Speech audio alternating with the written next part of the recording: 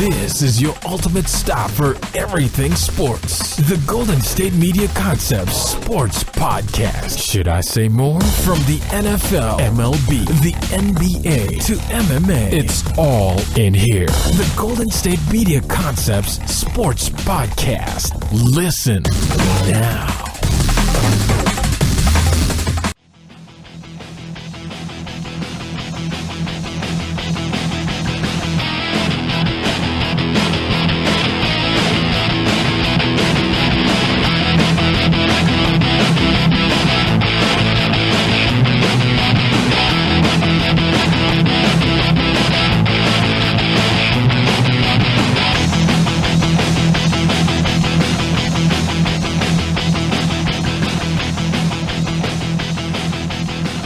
Hello, everybody, and welcome to the GSMC Sports Podcast, brought to you by the GSMC Podcast Network. I am your host, Jeff Melanoff, and with me, as always, is Mark Souza. Got some bit to talk about in the world of sports. We got some NBA All-Star Weekend ahead of us. We're going to talk about that and how the teams are looking going into it. We're going to talk about the NFL and how the offseason has come and already made some noise before you can even do anything. And also some other things that we could talk about, we will talk about. But first, we'll talk about the NFL because the first big news of the day that happened yesterday is Joe Flacco is going to be at least a Denver Bronco. He got traded from Baltimore and for a mid-round pick. That's all the information we know. They cannot do anything until March 13th. But it seems to me that Flacco is going to Denver, and Case Keenum is looked to be shopped and out the door after only 1 year with the Denver Broncos. And, Mark, I got to ask you this question. Do they think this is going to be like a Peyton Manning type of thing? Is that what John Elway thinks? Maybe so. I really don't have any explanation for this move for them, to be honest with you. I think it's not the best move in the world. Pretty bad. But, yeah, maybe they think, well, we got Peyton Manning when he was at the end of his career as a game manager. Maybe Flacco can do the same for us. Peyton I'm Manning, just not sure that this Joe trade. Flacco. I'm just not sure that Flacco is better than Case Keenum. I mean, I don't even know if you could even argue that, to be honest with you, at this rate. I mean, since 2012, Joe Flacco is the 34th best quarterback with touchdown-interception ratio, 35th best quarterback in first down percentage, and 35th best quarterback in yards per attempt out of 36. You know, I'm not going to lie to you. Usually guys who are icons playing the sport and then go into the front office management don't turn out so well. And this is actually a good point not only for like John Elway, but like a Michael Jordan-esque as well, who they can't really find talent. They kind of get lucky in certain situations. Like if John Elway didn't get Peyton Manning to sign with the Broncos, I don't think he's president right now. I don't think he's running operations right now. Mm-hmm. So he got kind of lucky in that sense. But I don't understand it either. Joe Flacco, I don't see him as the guy. He's not worth anything trading wise, in my opinion. And I don't understand this trade for the Broncos. Just because they didn't have to make this move. Like why did they give up a 4th round pick for a guy who they might have been able to pick up for free? I mean, Why did a 4th round pick? I know a lot of people are like, that's nothing, but hey, it's the 10th pick of the 4th round, and who exactly were they bidding against? That's what I want to know, because since this trade was announced so early, it was almost like the Ravens were shocked that they were able to get something so good for him. And this seems to me that, like I know that for Case Keenum's contract, he has an out this year, but that leaves $10 million in dead cap for the Broncos. So it seems like this signing of Case Keenum was ultimately worthless. Yeah, they paid him a bunch of money. They paid him like 2 years, $36 million. Yeah, I think they've already committed like $25 million to him. So yes, 25 total guaranteed. Yeah, I mean, great for Keenum. He was making 100%. His salary before he got signed with the Vikings was $900,000, and he signs his signing bonus was he had his full contract for 2017 for the Vikings was 1 year, $2 million, signing bonus $250,000. Then he gets a 2-year, $36 million contract, and his signing bonus is $6 million. And look, I'm not going to sit here and say Case Keenum is good. I think he's like a below-average quarterback, but I would take him over Joe Flacco. I would. I think I would that there's too. more potential with Keenum. And I think he's younger also. He's only 30. Joe Flacco has been one of the worst quarterbacks in the NFL for the last 5 years. He got benched for a rookie who couldn't throw in a playoff game.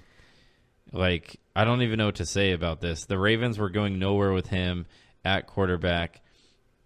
They couldn't win with him at the last couple of years, and the fact is that at best, in his best days in the last few years, he's been a game manager. At worst, he's been, I read the numbers to you. Out of 36 qualifying quarterbacks in the last 5 years, he's been 34th or 35th in every single statistical category. If he didn't win that Super Bowl, if he didn't have that lucky break with Jacoby Jones going past the defender and the defender missing him by a mile on that last catch against the Broncos in that playoff game. At Mile High, yep. We would not be talking about this right now. That miracle in Mile High, that game, saved his career. Yeah, maybe. He was a good quarterback back then, but it's been a while since he's been a good quarterback. He's also had a back injury. The thing is, I say take away that game. If they lose that game and he's not a Super Bowl champion, he's not getting traded right now. He's probably getting cut before this season. Yeah, probably. I agree. So that's why I'm saying he better thank his lucky stars to Jacoby Jones every time he gets to see him. Yeah, but it wasn't like he just had one decent season. He had a great season in the right time. Like, that's a fact.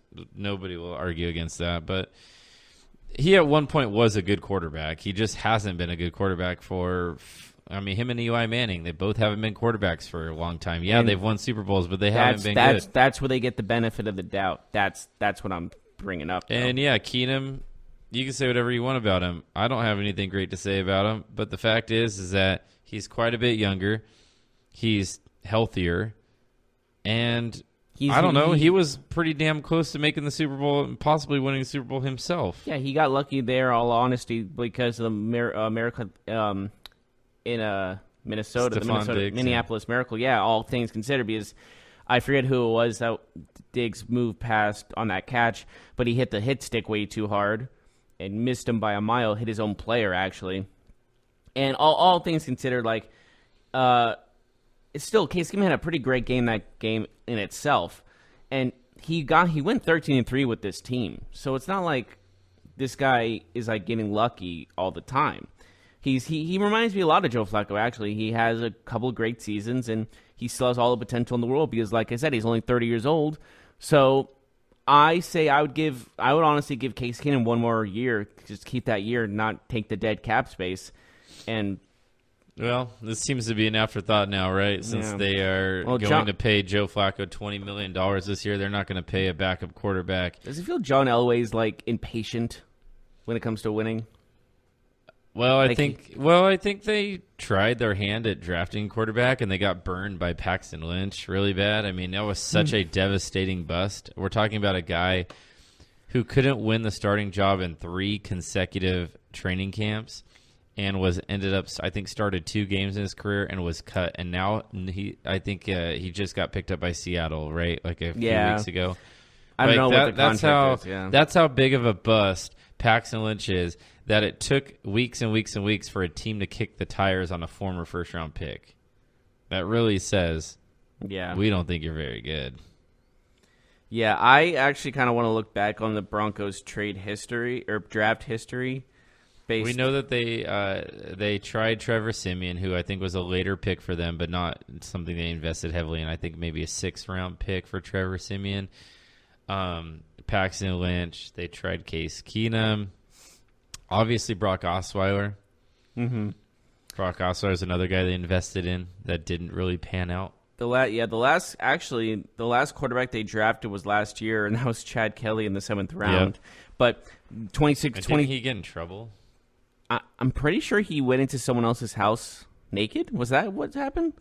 Was that with him, or was that somebody else? I know there was. I know Chad I think Kelly he already got cut. I'm pretty sure. Oh yeah, he got arrested for something. I'm forgetting what it was though. Mm-hmm. He was the drunken. He was drunk. He was the final pick of the 2017 draft. Okay, I'm trying to figure out. He was Mr. Irrelevant. Huh. Good for him. But let's see. Where's his where's his arrest? Okay. Suspicion of first-degree criminal trespassing. He allegedly entered a woman's place of residence after leaving teammate Von Miller's Halloween party. He just entered someone's random house. Yeah. So obviously he drank too much and couldn't find his way home. And then, like you said, 2016 they drafted Paxton Lynch. Granted, it was the 26th pick, so it was a late pick in the first round, but still no excuse for how he did he start one game? Seriously, who? Paxton Lynch. How many games did he start? I think he started 2 NFL games. I know he started one. That's ridiculous. Yeah, for a first round pick, that's absurd. And then, of course, you said Trevor Siemian. He was a 7th-round pick in 2015. You know what's crazy about Paxton Lynch? They traded up to get him. They were the last pick because that was at their Super Bowl year, huh? They traded up. I think he was pick 15. They traded up in front of the Cowboys because the Cowboys were the team that was going to pick them, allegedly, and they moved up. Yeah, this is also a team that drafted Brock Osweiler and drafted Tim Tebow. Right. So maybe they're a little bit shy about drafting another quarterback, especially high. Yeah. My problem is, why not trade for Nick Foles? Like, that isn't that such a more upside play right there? Who I hate to say this, but any insult to injury, they also drafted Jay Cutler. But he was decent for them for a while. He was a good player. Yeah, but Jay Cutler is a brunt of all jokes, just like the others. So that's why I say that. Yeah, but he has something over the other guys. The other guys are just terrible football players. I mean, Paxton Lynch couldn't play in the NFL. Yeah. But then you look at their other drafting over the years. They've drafted some pretty darn good players. Yeah, they've done good other than quarterback. It's just been their Achilles heel. Yeah, they got what was his? They got Chubb last year, who was really good. Bradley Chubb was great last year, absolutely. They had also, they had somebody else a couple years ago that I really liked. Well, they also drafted kind of underrated guys in my opinion. Obviously they got Von Miller in 2011. Phillip Lindsay was an undrafted player that was big time for them. Yeah, he was undrafted. That's true. 2010 they drafted Demaryius Thomas in the first round. Remember that? He was a big pickup. Yeah, he was great. And Von Miller, obviously no question there. Derek Wolfe, remember him? They drafted him in 2012. Decent player. Yes, but he got Pro Bowls and such like that. And they Cody Latimer, I liked him. He's not good. Nah, I liked him a little bit. Yeah, but he didn't do anything in the NFL. Mm-hmm. They've had some decent players. Von Miller is a home run. Bradley Chubb looks like he's going to be a home run. Do you remember when Skip Bayless said he was too small? He said he was highly overrated after his Defensive Rookie of the Year. Who's that? Von Miller? Skip Bayless said that, yeah. Yeah, I don't know. If you go on YouTube and look up a compilation of Skip Bayless's dumbest, or it says his worst predictions, it's actually laughable what he says about certain people, especially LeBron James. The man is used to be highly against LeBron James. I can't imagine that there's any fan of the Broncos who's like, yes, we got Flacco. Well, apparently someone saw someone already with a Joe Flacco Broncos jersey. Sure. That was the day of, so I don't know how they pulled that one off. Mm-hmm. But someone's at least somewhat happy. Yeah, there's always going to be that one guy. Yeah. There's always going to be the one guy that, when someone signs, they go get a customized jersey right away, right? So. But this was, apparently an hour or so. Come on. Yep. There's always going to be some guy, man. Let this breathe. There's always going to be one. But, I don't know what they're doing, though, man. Are they really... Bottom line is, to me, this team is still in the same position they're not making the playoffs. They're I still feel like they should draft a quarterback in the first round if one of the ones that they like is there. Because Flacco's obviously a 1-2 year plan. The reason why they got him, too, is that he has no more guaranteed money. So they can cut him at any time, and they don't got to pay him anymore. So, yeah, he's got a contract for 3 more years, this season plus 2. But he really is a year-to-year contract at this point. No more guaranteed money. He is ready to be released whenever they want, and they can't trust him. They got to draft a quarterback. Mm-hmm. To look at the order, the number, I think they're a high draft pick, if I'm not mistaken. Not too early, but they have the 10th pick in the draft. But if I had to make a prediction right now, they're probably in the top 10 next year as well. Quite possibly. Like, if this is how it's going to go for their season, this is how they're going to start it, then I don't think it's looking too good. No, I would agree with that. So, fourth-round pick seems like a hefty price to play for a Joe Flacco. I thought it was just a mid-round pick. Is that all we know? Fourth round is it fourth round? What they're saying? Fourth, the 10th pick in the fourth round. That's a high pick, honestly, to me. I don't think they're going to get anything for Case Keenum. Yeah, a conditional fifth-round pick is probably the most I can think of. They'll take anything because if they can get rid of his contract, it'll be worth it for them. Yeah, but I don't think anyone's taking that contract. Because he's at best a backup for a lot of other teams. Like, who needs a quarterback right now? There's a few teams, but I don't think anybody's running out to get Case Keenum. They'd like to sign him as a free agent. Yeah, like the Jaguars are going to probably draft a quarterback and probably sign a veteran. And, like, the Giants are obviously not looking for – they're probably going to draft a quarterback themselves because they still have Eli Manning.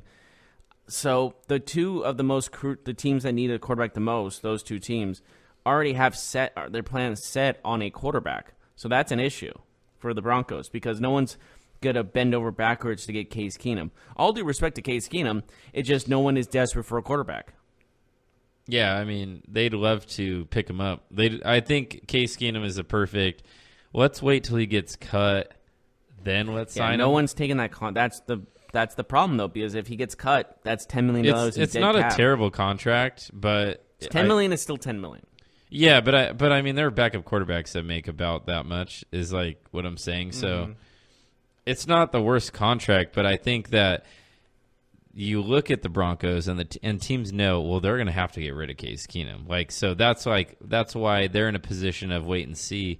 Hey, yeah, we could pay him $10 million, or we're pretty sure he's going to get cut. He gets cut, we sign him for like a $3 million contract. We save ourselves $7 million. Then we can go sign another big-name free agent. Think about the difference of $7 million in the free agent market. That can get you a guy like Le'Veon Bell for a season. I mean, it really can. $7 million gets you a top-tier player at a few different positions. So $7 million could be, something where teams are like, yeah, I'm not paying until he's a free agent. Yeah. There's a lot of question marks, definitely, about Case Keenum and where his future lies. But granted, we will see how all that turns out. But right now, if you had to grade the Joe Flacco trade, A, B, C, D, all the good stuff, what would you grade it? I'm going to give it a straight up F. Really? I was going to give it a D- just to be a little nice. Because in college, that's still a passing grade. But granted, yes, it is not a C or I didn't even know you could get a D-. Oh, yeah. You never gotten a D+ or a D- before? No, I didn't know they gave minuses at that level. I thought like C- and then. Well, it's more along the lines of just like how it's based off professor. Gotcha. But it's recorded as just a letter. Gotcha. Yeah, and D's get degrees. I think C's do. No, D's also do. D's, you have to retake the course. No, you don't. You get credit. Jeff, yeah, you do, man. You can't pass college with a 1.0 GPA. No. I'm not saying get all D's, but if you get if you get a D in one class, it still counts towards your credits. But then that would go against the saying D's get degrees. C's would get degrees because you get all C's and you get a degree. You can't get all D's and get a degree, right? Maybe you get a 1 or 2 mulligan and then go back. You still get credits. That's how it works. Yeah. Anyways, should we go to a break?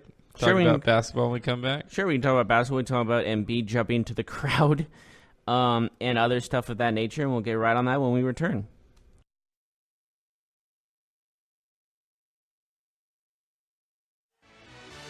Are you looking for the very best NFL and college football podcast? Then check out the GSMC Football Podcast. Get the latest football news both on and off the field. From the NFL Draft to trades to the rumor mill to the NFL Combines, they got you covered. That's GSMCpodcast.com/football-podcast. Get updates on college rivalries, game day insights, and much, much more. It's football talk the way you want it. This show eats, sleeps, and breathes football. Don't forget to like them on Facebook and follow them on Twitter. Visit gsmcpodcast.com for more info.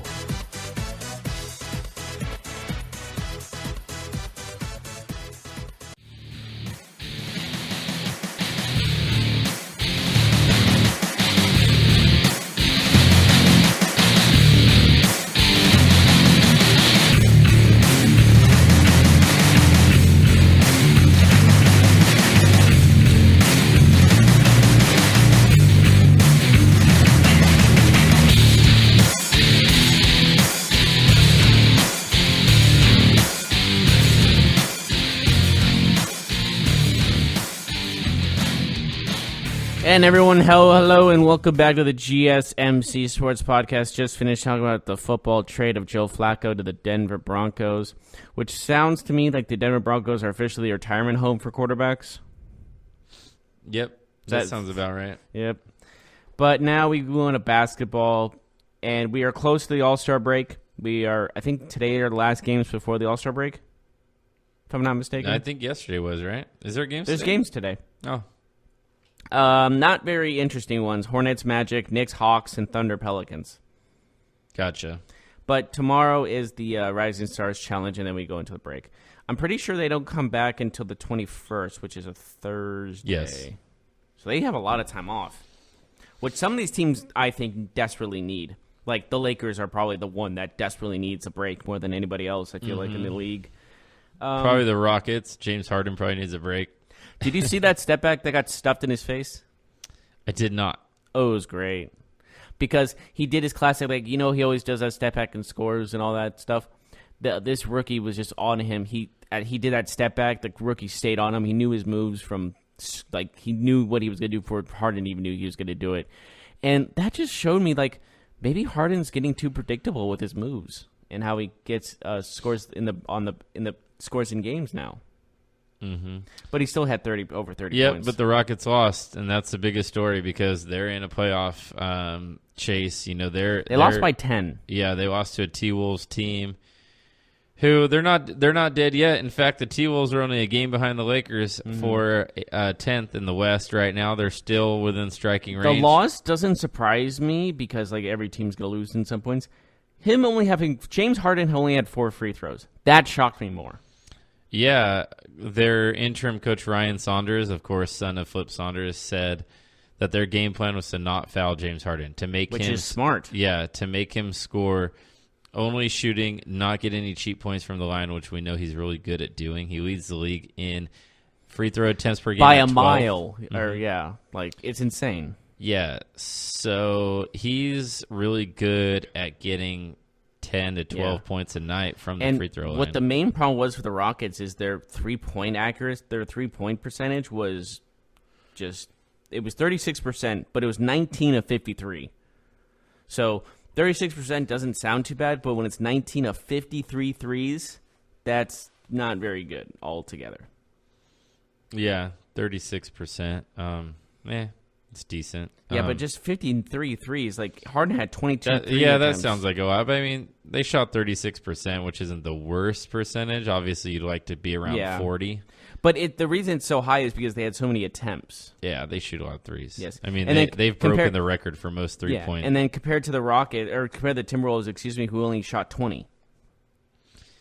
Yep. Harden shot more threes than the entire Timberwolves team. That usually happens. He puts up a ton of threes. But is that to a fault, though? I don't know. He's 8 of 22. He still scored 42 points. I'm giving him all the credit in the world, but there's still you got to look at the numbers, right? I don't know, but he's the numbers say what he does is very efficient. What he does is he shoots a lot of threes, a lot of layups, and a lot of free throws. He hardly ever shoots a 2-point basket that's not in the paint. He shoots a lot of threes, but he makes them at a good enough rate, which justifies it. 8 of 22 is not great. It's not terrible. Well, did he go 1 of 20 the other a month ago? Yeah, he did. He's had games like that. Yet he still scores 30, 40 points because he loves going to the line as well. The crazy thing is, though, is that mathematically speaking and efficiency speaking, Harden's not doing anything out of that. What he's doing is actually what the analytics would say players should do. It's like Isn't that crazy? Because it feels like you shouldn't be like that in theory. Well, I mean, in a team the theory sport. is don't shoot long twos. Shoot high percentage twos at the rim, inside the paint. Yeah. Shoot threes. If you're going to shoot far away, make it a 3-pointer. I get or that. get fouled. Yeah. And he does all those three things a lot. So, And, well, he's now, I think the main highlight or the his low light, quote unquote, is that traveling step back he did where he was hopping. I think that's going to honestly remembered just as much as anything else in this season, all things considered. He has 31 30-point games in a row. Are you talking about the play where the guy falls down and he hops back and he looks at him and he hits the three? That one was cool, but I'm talking about the one where he does this drop back and then drops back again. Gotcha. You know the one I'm talking about? Yeah. It's going to be just – I think the league is now being looked at for more of no traveling calls than anything else because you see that way too often now. Yeah. It's an epidemic. Would you say that? Was that a thing? I mean, I don't know. Yeah, I get it. Like, people talk about how travels aren't called as often. Just when you're on Shacked and a Fool watching that, and it's a great show, and everything, like 90% of it's traveling. Then we also have to remember that, like, everything is magnified. Like, they will find the one play in one game that didn't get called, and it'll be a highlight, and it'll be something that we laugh about. But, I mean, I don't know. I don't know if players travel more now than they did a few years ago. It just seems like it's something we're so keenly aware of now. Like, it's always like, travel. Ha, you didn't call it. Again, this ref didn't call it. I don't think it's ha. I think it's curse words at the ref more than anything. Depends which side you're on. True. Very true. But, I mean, Harden, he hit 30 points again. His streak is at 31. He has the second longest streak. He's probably just going to keep doing this forever. So, right? And then Chris Paul had 16, 5, and 8, which is an okay game. Are you worried about his progress since coming back from injury? Yeah, I just think that he's not the same player. He's still very good, but he's older now, and I think the Rockets are going to have to live with the fact that Chris Paul, you're not getting the Chris Paul of 4 or 5 years ago. You're getting the Chris Paul who's now in his 30s, who's breaking down. He's not. So as if you're the Rockets this next offseason, are you looking for a new point guard? Well, Chris Paul's on a max deal, so. Well, I mean, in the draft, I was mainly considering. I don't think they have a pick. I think they just trade their first pick. Didn't they just make that trade to? They gave the Cavaliers a first-round pick. Is that what happened? I thought they gave away a second-round pick. I believe it was a first-round pick. I'm pretty sure about that. That trade with the Cavs ended up getting a first-round pick out of that trade, that three-way trade with the Kings and the Rockets. I think that was from another team though. That trade, that like the Rockets traded another team's pick. Yeah, I think they had another pick. I think is that if I look at this. Yeah, I don't know. But, I mean, still, like, even if they had a pick, what are they going to do, man? It's the first round. They're going to pick in, like, the 20s. Like, you can still get a point guard from that spot. I just think maybe they should be looking towards the future with a point guard. Like the Rockets sent a 2019 lottery-protected first-round pick. Lottery protected. Mm-hmm. Oh, so and a second-round pick. So, if the Rockets don't make the playoffs, then they'll get their pick. But if they do, they don't get it. So, likely they're not having it because they should make the playoffs. Yeah, they're kind of in trouble, though, in the future. Doesn't it feel like it like that? I mean, they try to give up 4 first-round picks so they could get Jimmy Butler. So, yeah. Yeah. They know what they're doing. Yeah, they're not really looking towards the future, are they? No, not even close. Do you think it's like if they don't win now, they're never going to win? I mean, they got Harden. They have Paul. They were looking to get another star to match up with them. I don't think that still would have been enough. Can they afford another max contract? I don't think they can. No, they cannot. Yeah. Because Harden's on the Supermax. Clint Capella's contract's pretty good, but he still makes good money. I think it was like a $17 or $18 million a year. But he's one of the better players at his position in the NBA. Yeah. He also works with that team really well. It's really crazy to look at James Harden's contract because he was guaranteed, I think, was in the $100 millions. It's crazy to think about the Thunder at one time had Harden, Westbrook, Durant on the same team. And then they chose to pay Ibaka and get rid of Harden. Like, that actually happened. I truly believe if Harden stays in Oklahoma City, they win a championship. And Durant doesn't leave. Yeah, probably. They probably win more than one. They probably win 3 or 4, right? Well, I'm not going to be They're like the Warriors instead of the Warriors, maybe. I'm not going to be over optimistic. I'm just saying they should have won at least one. Is what I'm. Those 3 right now are what, all top 10 NBA players? Yeah. Oh, 100%. You could even arguably put them in your top 5. And all 3 of them are MVP caliber, so that's all pretty 3 of them crazy. have won the MVP. Yeah, it's pretty Not crazy. just MVP caliber, they've won that award. Mm-hmm. That's insane. Yeah, so they could have had a super team. They had a super team. I know Harden wasn't there yet, but you show his first year in Houston, he was there. He was getting there. He was there by any second.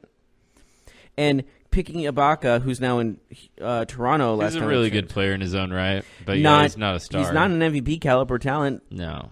So it was all about a luxury tax problem. I'm like, I'll just pay the darn thing. It was because they had to get rid of Harden. They couldn't have paid all 4 of them.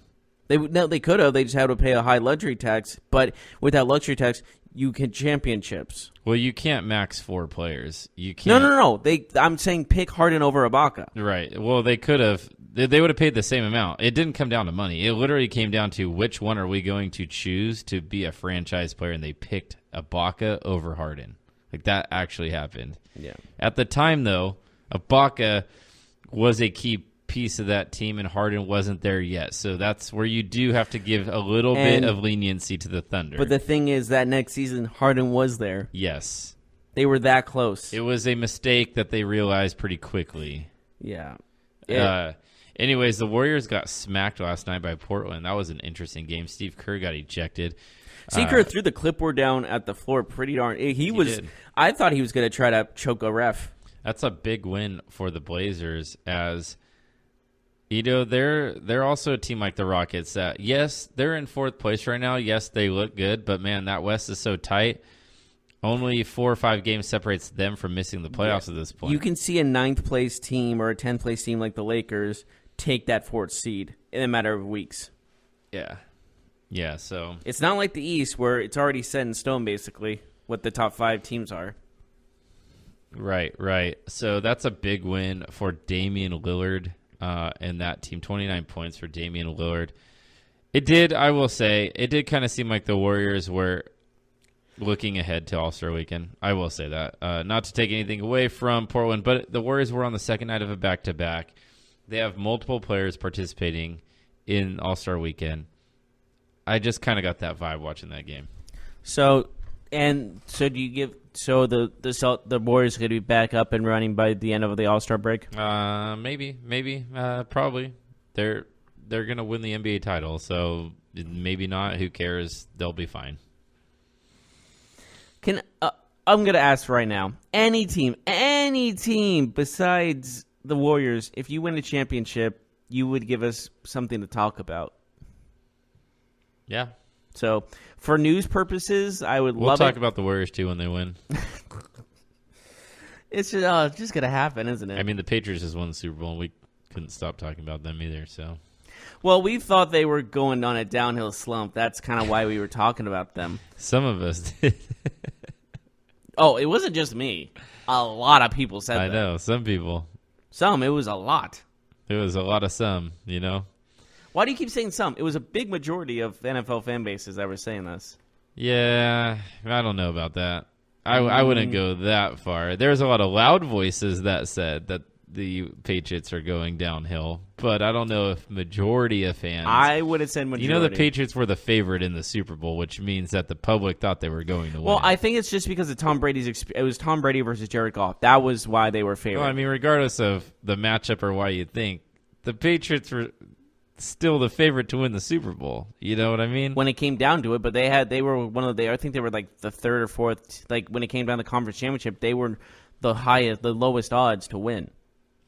Yeah, I think they were 3rd highest in the conference championship, be in front of the Rams, and then behind the 2 home teams. So that's the 2nd worst. But you're really splitting hairs when you go that far. Well, right? I'm going to split hairs. I'm doing it right now. You can. Yes, If someone could, They weren't going down. do you think someone's job is to actually split hairs? Like someone at a salon that's so specific they actually have to split hairs? No. Maybe. What are you doing? Nothing. All right. I don't know what I'm seeing over there. You're finicking with... Oh, you're messing with the phone case. Okay. I was really confused for a second. Anyways. Moving on. Other games that happened. We got some other minor games that are happening tonight. Well, the Nuggets beat the Kings last night. That was a good game. By a 0.3 second tip-in by Jocic. And the Kings had that... The Kings were winning that game for a good period of time. It was a really good basketball game. Yeah. The Nuggets still have only lost 4 games at home.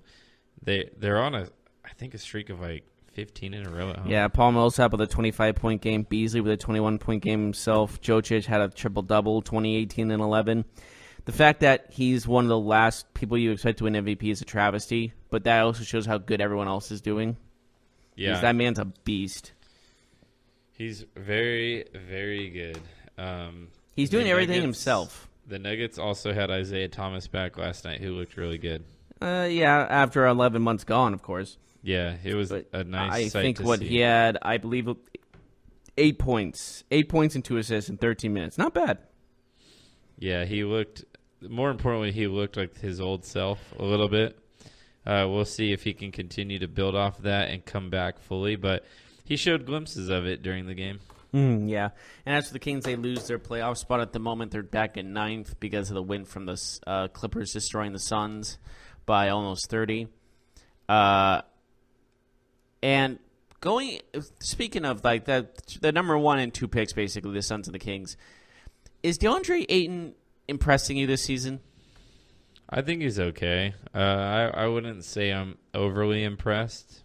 I think he's decent, but I want to wait and see on him because I do think that when we talk about potential, I think it's going to take him a little bit of time to develop because ultimately he's going to have to develop other skills like shooting, passing, and things like that, where he didn't have coming into the league. So I think he's been okay. I'm not going to say like I'm disappointed in him or anything like that because I think he can rebound and defend pretty decently. But obviously, what sucks is if you're a Suns fan, you're obviously going to be thinking about what could have been with Luka. You can even say or Marvin Bagley. Yeah, I mean at this point, I still wouldn't say that about Bagley if I'm an Ayton. He's had better games than Ayton, in my opinion. Yeah, no doubt. But it goes back to what I was saying. Like, this guy is still very young, and I wouldn't say Bagley's been so impressive that like I'm kicking myself over Bagley. Now, for Luka, that's where you're like, man, this guy looks like he's going to be a perennial NBA All-Star. So that's where you could see fans being a little bit disappointed so far, but it's still very early. Yeah. And, yeah, of course, it's like just based off immediate production, Luka's ahead of them, no doubt. But I mean, Luka's by far ahead of everyone. That's like the crazy thing. Is like, yeah, other rookies can have decent games, but we're talking about a guy who's legitimately like a bona fide franchise player, and he's a rookie. Yeah. Like, he's the Mavericks' best player. But no doubt. That I'm not. Yeah, I'm just saying that could mean a lot of different things in the future because we've seen a lot of guys start off hot and end not so hot. You know what I mean? So there's also that to really think about. I don't know if we have, considering players that can shoot. It's always something when players can't shoot well, then you're like worried. But like, have we seen a player who could shoot really well who's burst on the scene and then like really fell off? I'm asking. I really don't know. So describe like non-shooting. Like what's like the so like a inside Tyreek scoring Evans or... wasn't a guy who could shoot. So like the question of him being good long term was always there, even though he won Rookie of the Year over a guy like Steph Curry because he was so good at getting in the lane. And then people started realizing, okay, well, if we just make him shoot, like he's actually pretty bad. Yeah. I'll look up Rookie of the Years and we'll just go down the list and see how they did. Does that sound fair enough? Sure. I mean, yeah, I just don't see how Luka could ever be a bad So basketball last year player. was Ben Simmons, which a lot of people disagreed with, all things considered. And him is definitely like a wait and see approach, just because he's like a center point guard. But you know what I mean? It's looking like it doesn't matter if he can't shoot; he'll still be a really good player. Like that's what it's looking like at this point. But he can't be at the top on his team because he has a very trouble shooting. Like he doesn't have an outside shot, and in this league, you need an outside shot. Yeah, he's going to be dependent on having a guy like Embiid, having a guy like Butler, but Harris. We don't know how he's going to be gone. They're going to be gone, and he might be on his own, and that's going to be troubling for him. Malcolm Brogdon was last year's. I didn't know that. Yeah, he won it 2 years ago. A very weak class. It would have been Ben Simmons if he played, but he didn't play. Yeah. He was the 36th pick in the draft. But Brogdon, I mean, no one's expecting him to be a star. He won it. I think he had like 12 points per game. Like he won it with very humble statistics. Yeah. He wasn't wowing anybody really. He was just the best of what was there. Here's one that actually, I'm not sure if he was a shooter or not, but feel free to correct me. Michael Carter-Williams. Can't shoot. Yeah, that's what I thought. I didn't really remember much of him. He's been on like 4 teams too. Andrew Wiggins won Rookie of the Year too. You know that Michael Carter-Williams he's bounced around. Yeah, he's a journeyman. But Andrew Wiggins won Rookie. It looks like it's majority of the time it's the number 1 overall pick that wins Rookie of the Year, and I think it's more along the lines of just hype. Don't you think? Unless someone really like. Well, explodes. I mean, I think all those players are deserving. Well, and how did Andrew Wiggins do? I guess he did really good his rookie year, but I'm not entirely. I just don't even know who else was in his class. Like that's the thing. That's also he was in a weak class. That's a good point. Damian Lillard won Rookie of the Year. That one makes sense from his draft class. I believe his draft class was Anthony Davis's draft class, so that's impressive nonetheless. And then there's Kyrie Irving, Blake Griffin.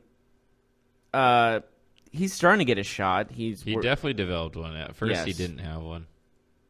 Oh man, here's one that's just gonna bum you out. Brandon Roy. Knees. Oh, that potential. Yeah, it's a shame. Do you remember Amika Okafor? I do. Bobcat draft pick. He was a good He was supposed rebounder to be defender. Yeah, he was supposed to be the guy too. I wonder what happened to him. Oh, he's 36 now. Jesus. Then of course LeBron James, but that's obvious. Then Mari Stoudemire, Pau Gasol. Steve Francis and Al Bren were co-Rookie of the Years in 1999-2000 season. Remember Stevie Franchise? I do. He was my boy at one point. I love that guy. God, whatever happened to him? He really dropped off, didn't he? At one point, during late in his career, he was just a journeyman after that. But regardless, you're right. There are a lot of great a lot of Rookie of the Year winners that have not really good shooting ability that are off the radar at the moment. But and then there's also like a Derrick Rose who like injury and Brandon Roy where injury killed them more than anything. And you can even say the same thing for Mari Stoudemire. Injuries really hurt him at the end of his career. Mm-hmm. Because you could say he can have all the talent in the world. Oh, he's actually on a Jerusalem basketball team at the moment. He's in the Israel Premier League Basketball Champions League. Interesting. I think we should take a break. Okay, sure. We can take a break. When we come back, we'll talk about anything else that needs to be talked about in the world of sports, and we'll be right there when we come back.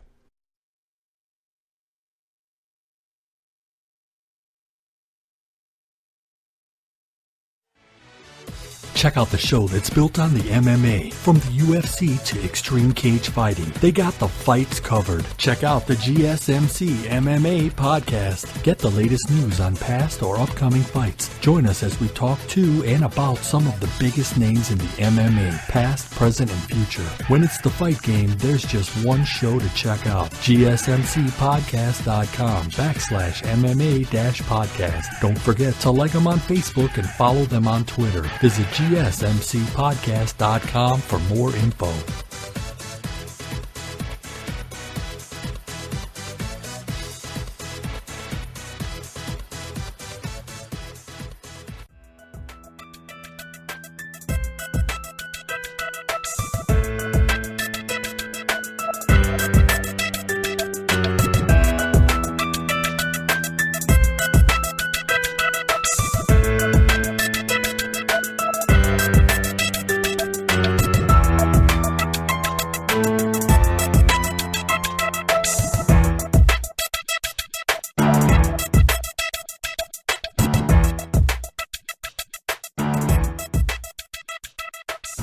Welcome back to the GSMC Sports Podcast, finishing up the day. Did you see Joel Embiid jump into the crowd yesterday? I did, and he got some air.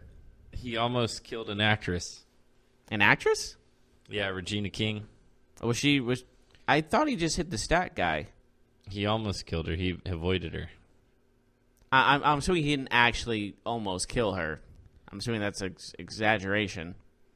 I mean, that's what they said. He almost killed her. I mean, obviously it's an exaggeration, but he almost hit her. Yeah, an award-winning actress, so there's that. Yeah, if it was somebody else, we wouldn't care, right? It just makes it interesting. Yeah, I guess so. But there was also that's not only 76er of note. Ben Simmons, did you see that at the end of that game? No. He was giving a shoe to a fan, and as he was handing the fan the shoe, the fan grabbed it. Like I assume, like he was obviously giving it to him. Then he pulled it back and took it from him. Why did he do that? I don't know. It looked kind of mean. It could have been something of we don't know about, but I really don't know what the reason was behind it. Yeah, I don't know.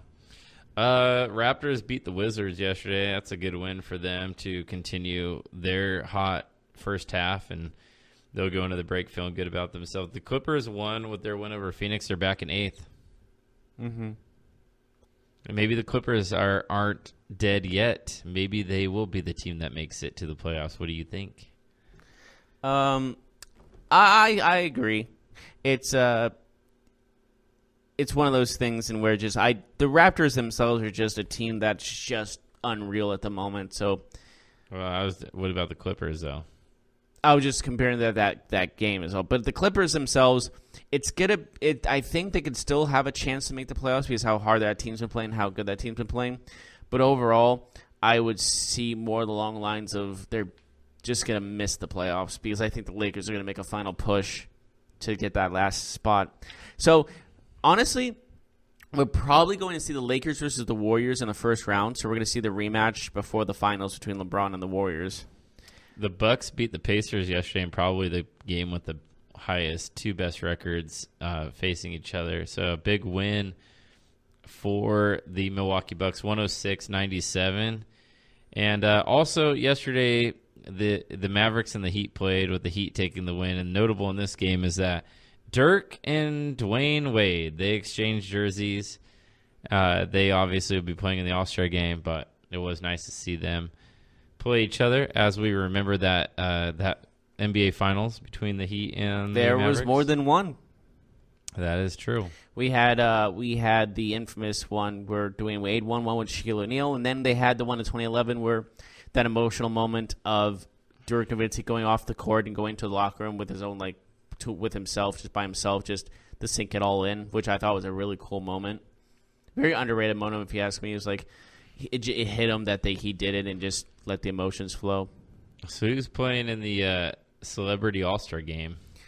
There are some different people in there that I can't really name. I saw you said Ray Allen is in it. Yeah, and Steve Smith, and wide receiver Steve Smith. Former NFL wide receiver Steve Smith. You know, I'm surprised Kevin Hart's not back in it. The MVP of the recent one. Yeah, he's always a fun time too, right? He's hilarious. I love the guy.